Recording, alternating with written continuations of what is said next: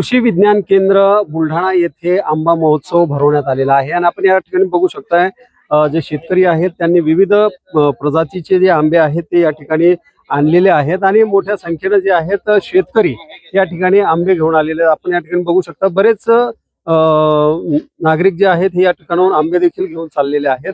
आपण बघू शकताय आपल्यासोबत शेतकरी आहेत त्यांच्याशी आपण बोलणार आहोत। हो, मला सांगायला कुठला आंबा आहे आणि काय नेमक्याची व्हरायटी आहे आणि तो आपण कुठून आलात? नमस्कार, मी अनिल तेजराव देठे, राहणार देरगावमई। हा जो आंबा आहे हा रत्नागिरीचा हापूस आंबा आहे। हा रत्नागिरीवरनं आलेला आहे आणि सध्या 200 रुपये किलोने आम्ही विकत आहोत। याची लागवड तुमच्या भागात केली गेली? नाही, ही लागवड रत्नागिरीचीच आहे। ही आमचीच बाग आहे घरातली। तिथूनच आम्ही हा आंबा मुंबईला वगैरे असं पाठवतो। आम्ही घरपोच वगैरे देतो आणि आज आम्ही आंबा महोत्सवला हे आमचं 3रं वर्ष आहे। आम्ही हा आंबा घेऊन आलो। निश्चितच ग्राहक देखील या ठिकाणी आहेत, हे घेत आहेत। यांना नेमकं आपण यांच्याशी बोलूयात। भाऊ, मला सांगाल की हा आंबा महोत्सवामध्ये आपल्याला कुठल्या प्रजातीचा जो आंबा आहे तो चांगला वाटला आणि तो कुठला आंबा घेतला? नाही, खरं तर आम्ही आता थोडं उशीर झाला आम्हाला यायला, परंतु दरवर्षी या ठिकाणी आंबा महोत्सव असतो। आता बरेचसे स्टॉल आतापर्यंत होते, परंतु आता हा आम्ही पाहिलं बऱ्याच जाती प्रजातीचे आंबे दिसले। परंतु आता सध्या हा आंबा हापूस आंबा आहे, रत्नागिरीचा आहे असं सांगतात ते आपल्या जिल्ह्यातले शेतकरी आहेत। त्याच्यामुळे आता 200 रुपये भाव कमी झाल्याचं वाटतं हापूस आंब्याचं। त्याच्यामुळे आता 2 किलो आंबे घेतलेत हे हापूस आंबा। निश्चितच तर वेगवेगळे जे आंब्याच्या ज्या प्रजाती आहेत त्यातल्या घेण्यासाठी या ठिकाणी देखील आपण बघू शकता मोठी गर्दी आहे।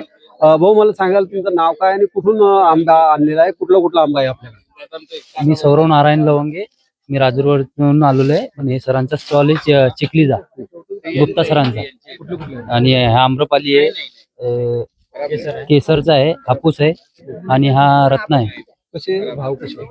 त्याचे भाव 125 रुपये किलो आहे आणि केसरचे 100 रुपये किलो। निश्चितच तर जिल्ह्याभरातील जे वेगवेगळ्या प्रजातीचे आंबे या ठिकाणी लावण्यात आलेले आहे किंवा बाहेर जिल्ह्यातून देखील आंबे जे आहेत या आंबा महोत्सवामध्ये या ठिकाणी ठेवण्यात आले होते।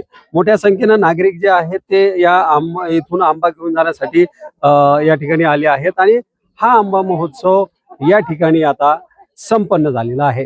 दीपक मोरे, नवराष्ट्र, बुलढाणा। काय सांगा? डॉक्टर पंजाबराव देशमुख कृषी विद्यापीठ अकोला अंतर्गत असलेले कृषी विज्ञान केंद्र बुलढाणा तसेच कृषी विभाग, आत्मा आणि महाविम यांच्या संयुक्त विद्यमाने आपण सलग 5व्या वर्षी या ठिकाणी आंबा महोत्सवाचं आयोजन केलेलं आहे।